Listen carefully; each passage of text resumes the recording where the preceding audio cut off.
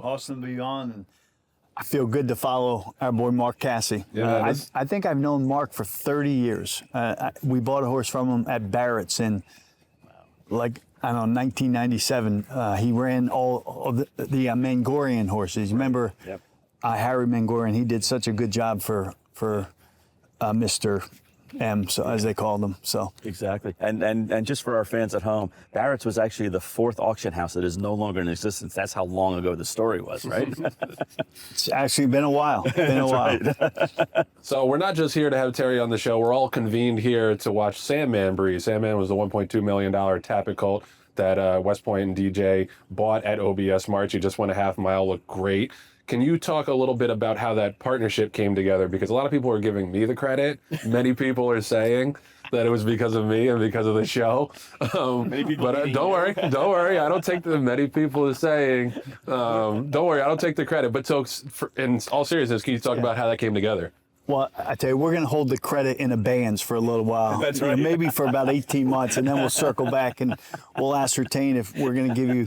But yeah, you and John, obviously, we've owned a couple horses together, but we endeavored, 6 months ago to do more, and obviously with that consignment, and they all gallop, so we just thought it'd be a good play, and everything worked out. Those things, I'm not sure people really get set into those things a month before the sale. Right. Oftentimes it happens, literally 10 minutes before the sale. Right. And the good thing is, if it happens 10 minutes before the sale, we get a feel, right? Everybody gets a feel. If it feels right, you do it. If it doesn't feel right, you kind of go to the other side of the ring. And I think that's the best part of it is if your gut tells you to go ahead, you do it. Yeah, so. I just got a quick follow-up on the horse, because obviously you mentioned that he just galloped, he didn't breeze at the sale. As someone who's been evaluating horses for decades now, has been to a ton of these sales,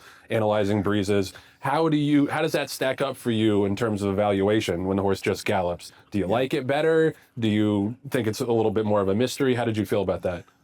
Well, I think it is a mystery, right? Because there are some horses, they'll gallop in a beautiful fashion, and they go faster, and all of a sudden they're not as pretty, and they're not as efficient.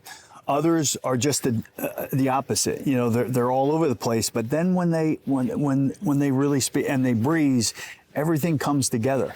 Right? It takes a special horse to be a really beautiful galloper, and then when he goes faster or she goes faster, everything stays in place. And I think this is a colt, as we agree, John, right, that everything has stayed in place. But you hold your breath, when they gallop, and of course, we'll talk about that, I'm sure. But speed is good at these sales, but it also speed is not so good, and so we. I think it sent a signal to the market that you can still get a lot of money for a horse that just gallops. Right, absolutely. And Joe, I don't know if you realize, but like Terry and I have been texting back and forth for almost a year about, hey, we need to find something together. We need to find a good one together. And just, we never landed on that horse at the same time where we said, oh my God, this is the one. And I think I still have the text. You actually texted me saying, John, I know we've been kind of playing footsie for the past year or so. I found one. And I was like, okay, I hope it's the Tappet. And that was kind of how it was born into it and the whole thing. But the funny thing about it, and I hope you don't mind me disclosing it to the audience, was, you and I were talking about, okay, what do you think the horse is going to bring? And we realized very quickly, almost like an hour before the horse went in the ring, we needed more reinforcements. I mean, we needed to be able to not only, stack up and to use, the military version, we needed to have as much ammo as possible. And that's why we called in some other partners on it. But the partnership's been great. The horse looks great. And now we just have to figure out, hopefully, how many tickets we need for next year's first weekend in May. But you've had a lot of really good horses in partnership. And, whether it's Flightline or they're countless.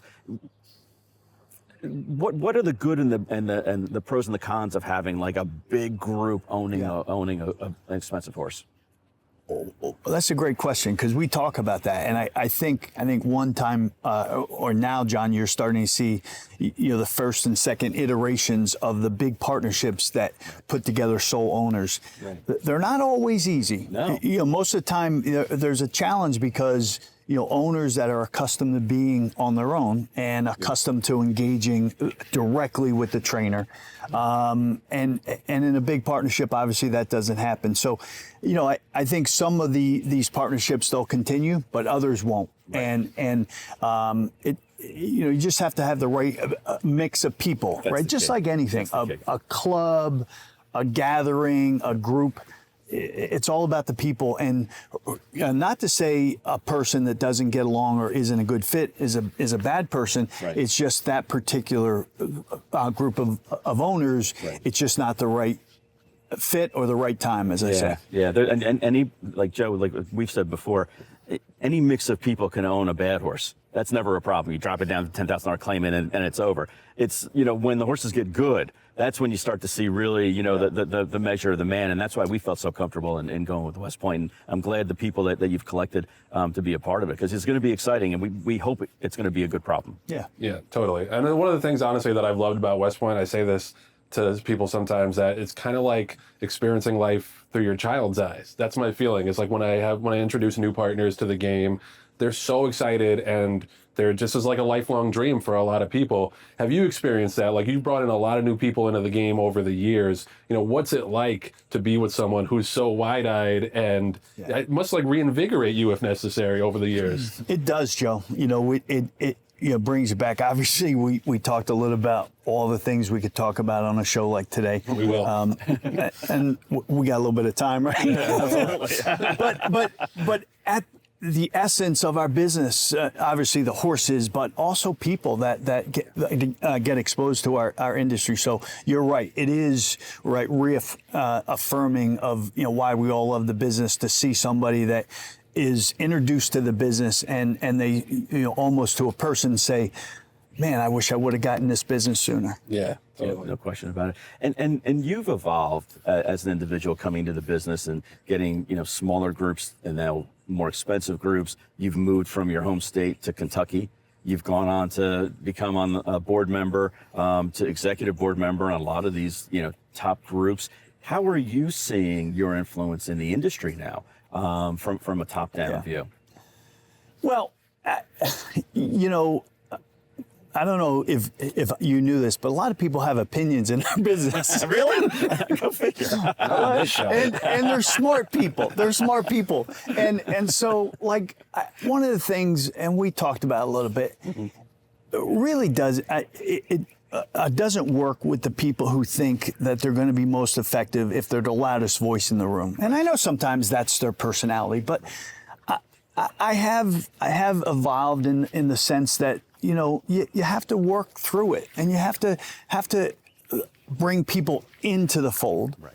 Even though you might not agree with everything they say, or you identify their bias, right? We all have biases. Right. I think somebody said, like, everybody wants to change the industry except when it impacts them. Right. So like, but that's human nature. That's not our business. That's anybody, the NFL or any industry where you have people that are looking at their self-interest. So I think the more we just identify that and we work, so that's in response to your question. It's like, look, we have to evolve, right? We're not going to have a revolution because that's just not the way our industry is set up.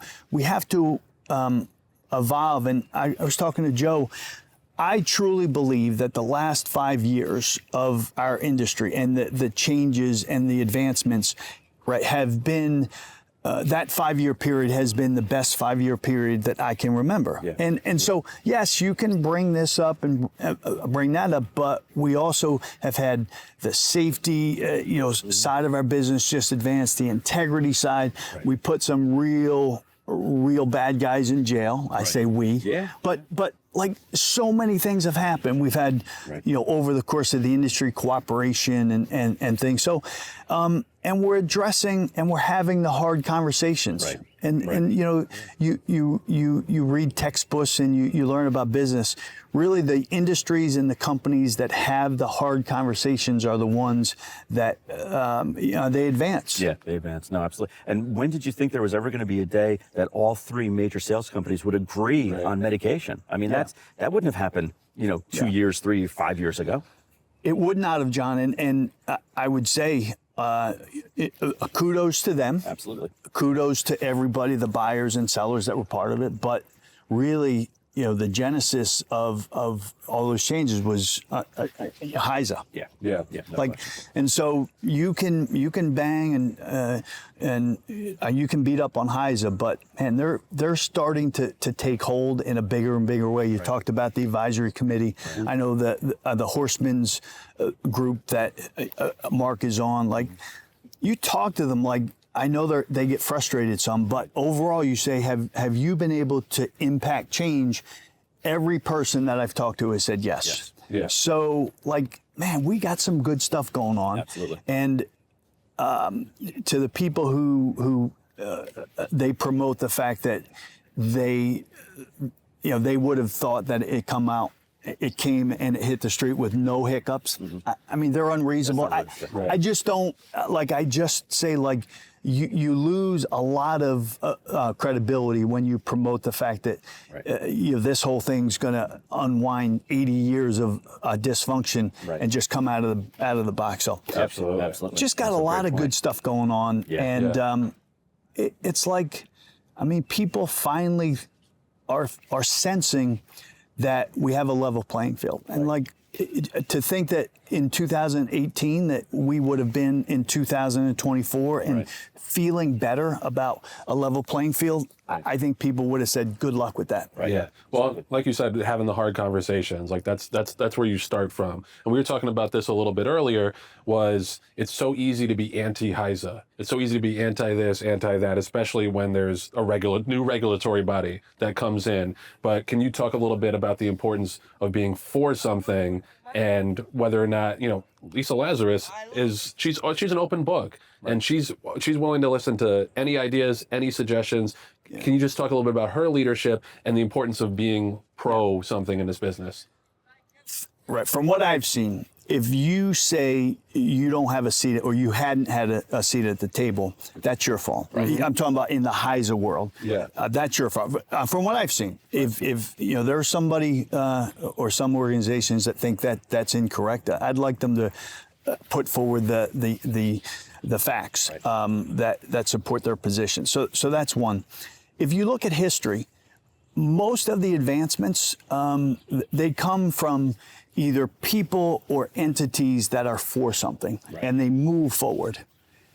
Things don't work in our world, in the human race, when you're against something. And like, okay, it's easy to be against something. Right. It takes integrity, it takes strength, it takes perseverance to be for something, and I think that's what we're experiencing with HISA. And I'm very proud of the people that have put a lot of time and effort into HISA, because look, there are plenty of people who are training horses that are doing just fine and could come to the barn every morning and train and make their 10%, but they go the extra mile and they put the time and effort in, and we've got people and organizations that are constantly banging on HISA. Like, I do think people are getting tired of it. I agree. Yeah. I think people are like, enough already. Yeah. And I hope people that support that are seeing and are being open with themselves and honest with themselves. Like, the train's left the station, baby. Get on the train.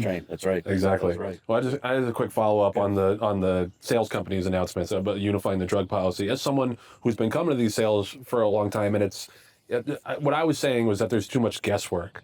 You kind of just have to take all of like the circumstantial evidence of who you think is doing something nefarious and who you think is on the level. Do you think we're getting to a place where there's more transparency and there's more there's going to be more empirical evidence about who to trust, who not to trust, and you don't just kind of have to like suss it together through all of your experience? Yes, I do. And I appreciate what the sales companies have done. Look, they represent the buyer, and they don't make any bones about that. Of course, they have to take the interests. I said buyer. I said seller. Yeah. Of course, they have to take the interests of the buyers into account. But one thing I'll say to the sales companies, like, look, we buy horses. Plenty of other people buy horses. Like, give us a chance on the sales slip to get tested. Right. That horse. Yep. a hair follicle test for clenbuterol. I know Mark was talking about clenbuterol. Like, you can't say we don't have a problem at the sales with a clenbuterol without authenticating that, and you trust but you verify. So you want to take care of the clenbuterol problem. Just give buyers a chance to do a hair follicle test, and to have a couple of those tests come back and disqualify the horse and the person. And I'll venture to say the clenbuterol problem will be gone. So look, we're headed down the road of changes. Let's get the substantive changes on the board and activated on. Yep, absolutely. No, it's an excellent point. I'm gonna shift gears on you for my last question, which is Flightline. Obviously, you guys were on the map. It just magnified your impact on the industry. His foals are coming out this year. What have you seen, if any, of the little Flightliners? Yeah, we have 8. We hadn't been in the breeding business, John, and I didn't want to be in the breeding business until we had a shot to do it at the very top end of the business. So, all in all, I think the vibe is very good. Now, we all know that when you have those top end stallions, the vibe is going to be good, whether it's accurate or it's a manufactured vibe, which we know has happened. I hope and I think I sense that it's a true vibe. But the proof will be in the pudding. Yeah. Well, Terry, thank you so much for stopping by. Busy week for you and all of us at West Point. Appreciate the time and the insights as always. Always a pleasure.